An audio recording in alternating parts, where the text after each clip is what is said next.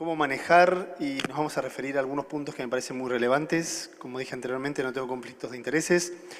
Sabemos que el 90% de las lesiones del colon, es donde yo voy a trabajar actualmente, son menores de 10 milímetros, ergo, perfectamente pueden ser manejadas por técnicas no complejas.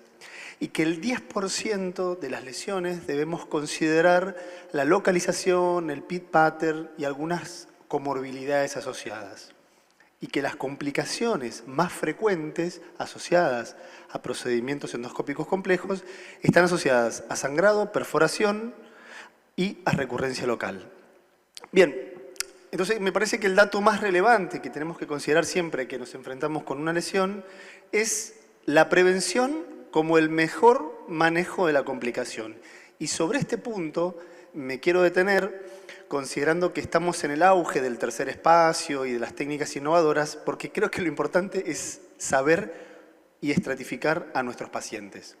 Entonces, leyendo un poco y revisando la literatura, me gustó orientar a esta charla en tres características. En los pacientes, donde vamos a considerar la edad, el consumo de aspirinas, los consumos anticoagulantes, como refirió anteriormente la doctora, la preparación colónica y las características de su colon. Por eso es importante hacer colonoscopías, entrenarse en procedimientos endoscópicos. Por otro lado, la lesión, en la cual también tengo que aprender a caracterizar las lesiones, por eso son importantes los scores, limpiar, lavar y conocer todas las características asociadas. Y la unidad electroquirúrgica, wow, algo que tenemos que tener el manejo y tenemos que conocer verdaderamente la unidad con la que contamos. Pero quizás antes de resecar una lesión, lo que tenemos que tener presente es cómo definimos la estrategia. Y acá hay un dato importante en el cual nos vamos a centrar en lo que es la pre-resección, porque habla más que todo de la prevención como mejor manejo del tratamiento. Una vez vamos a tratar la parte de la resección y en un segundo punto el manejo de la posresección. En el año 2018, el equipo inglés trabajó sobre un acrónimo que me parece muy importante y en el cual se está trabajando, y la guía europea este año lo cita dentro de sus recomendaciones, por las cuales se las sugiero, es considerar a la caracterización de las lesiones a través del acrónimo de SMSA, donde hace relevancia al tamaño, a la morfología, al sitio y al acceso, en los cuales ellos evaluaron las características de las lesiones y estratificaron las lesiones según los riesgos. Y determinaron que las lesiones tipo 4 son aquellas lesiones que tienen mayor chance de complicaciones asociadas a sangrado y a recurrencias.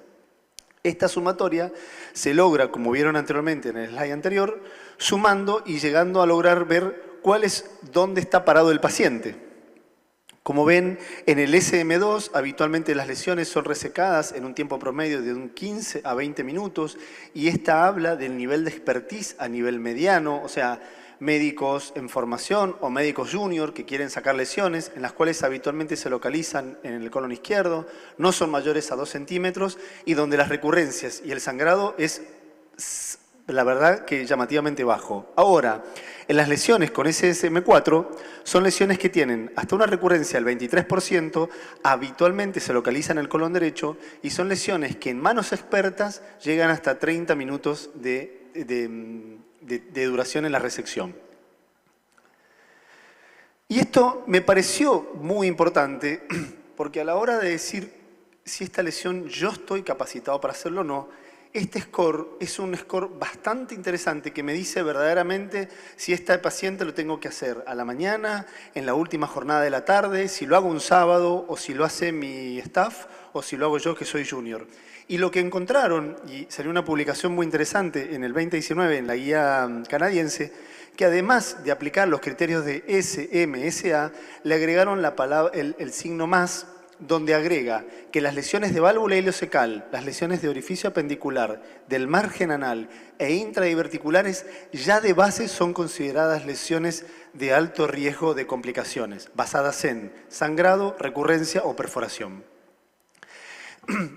¿Qué nos ayuda, en principio, a mejorar y a resecar estas lesiones llamadas SMSA+? la utilización del CAP, como se citó anteriormente. Y este punto es muy importante, porque cuando nosotros nos enfrentamos a resecciones de lesiones a nivel del apéndice o a nivel del válvula ileocecal, la utilización del CAP es mandatoria. Hoy lo vimos cuando hicimos disección, cómo la utilización del CAP y de algunos métodos de tracción nos permitían lograr un mejor abordaje. Entonces, definimos a la prevención como parte del tratamiento y definimos y estratificamos al paciente. Vamos a hablar un poquito de la resección. Claramente, la resección puede ser citada en distintas áreas, ya sea por disección, por underwater, por técnicas híbridas, por técnicas mixtas, por frío, por calor, por FTR, ¿sí? Pero es importante entender que la complicación más frecuentemente asociada a la endoscopía es el sangrado, ¿sí?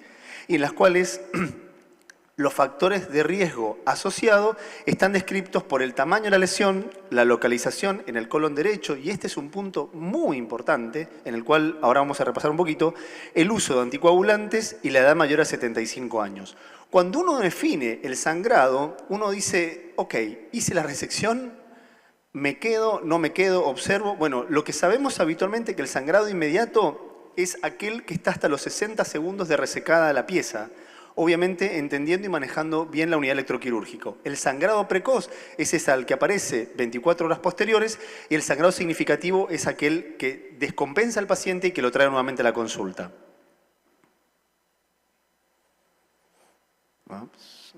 Esto no me lo cuenten como tiempo, ¿eh? Bien. Volviendo al sangrado y considerando que el sangrado es las complicaciones más frecuentes, es importante entender que podemos estratificar a las lesiones, y yo no quiero detenerme en tantos scores, pero sí hacer mención a la importancia de considerar que las lesiones mayores a 15 milímetros sacadas en el colon derecho se recomienda en las últimas guías y según estos metaanálisis, la utilización de clips, porque lo que ha disminuido es el sangrado tardío, ¿sí? No se colocan clips en colon derecho por el sangrado de perforación, sino porque lo que se cree es que la llegada de ácidos procedentes a nivel ileal favorece la remoción del coágulo y esto produce sangrado tardío a las 24 horas. Ahora, tenemos formas de manejar el sangrado y uno puede utilizar la punta del asa con soft quag o con forzada 1.10 si tienen unidad electroquirúrgica Herbe. El sangrado precoz perfectamente lo pueden manejar con la utilización de clips, como se citó anteriormente. Y el sangrado significativo es donde tenemos que tener todas las herramientas necesarias para el manejo. Por lo cual, uno, cuando debe considerar el tratamiento de los pacientes con sangrado, debe tener todos estos arsenales en su caja de herramientas. La perforación es importante manejar y entender que se perforan más que todo pacientes en los cuales no tengo el control y no tengo el manejo de un montón de situaciones. Yo hoy les dije que para hacer disección o hacer tercer espacio o hacer procedimientos más complejos, la utilización del CO2 es mandatoria. Y esto lo que ha demostrado es disminuir las complicaciones asociadas a perforación. Como así también el uso de bomba de agua y el manejo de la bomba de la unidad electroquirúrgica.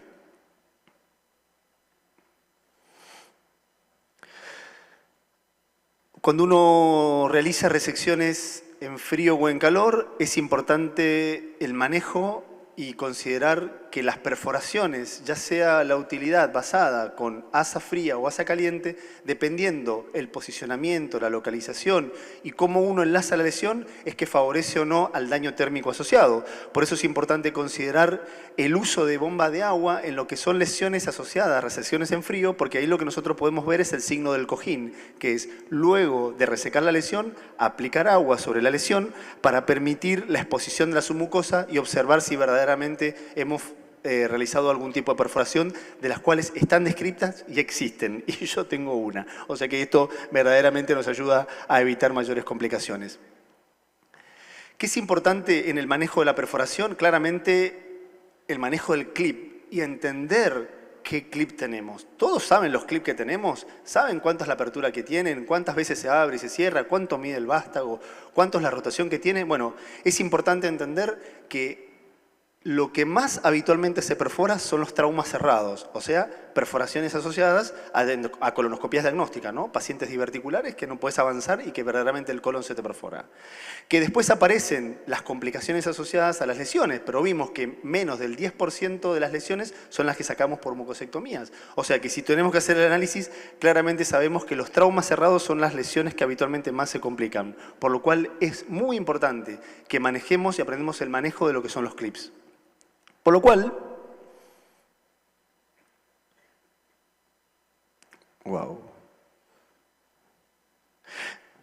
cuando hacemos resecciones, los criterios de Sidney son los que nos ayudan verdaderamente a la determinación y al manejo posterior. Uno, cuando reseca lesiones del colon, es muy importante el handling, o sea, la visualización de la lesión para buscar lesiones asociadas. Y el signo de la diana, como se ve en el Sidney tipo 3, son aquellas lesiones en las cuales verdaderamente yo considero que el paciente lo he perforado. Volvemos sobre lo mismo. Es importante caracterizar a los pacientes y entender que la prevención es el mejor tratamiento de la complicación.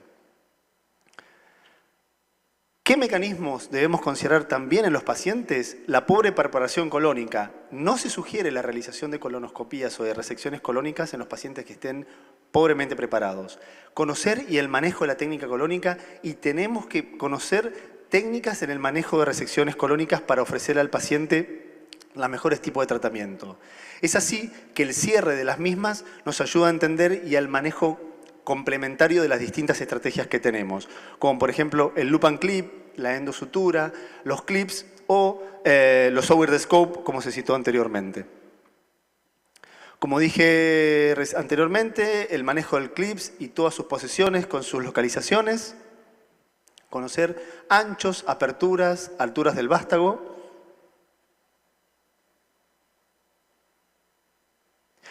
Y con respecto al cierre, algunas recomendaciones.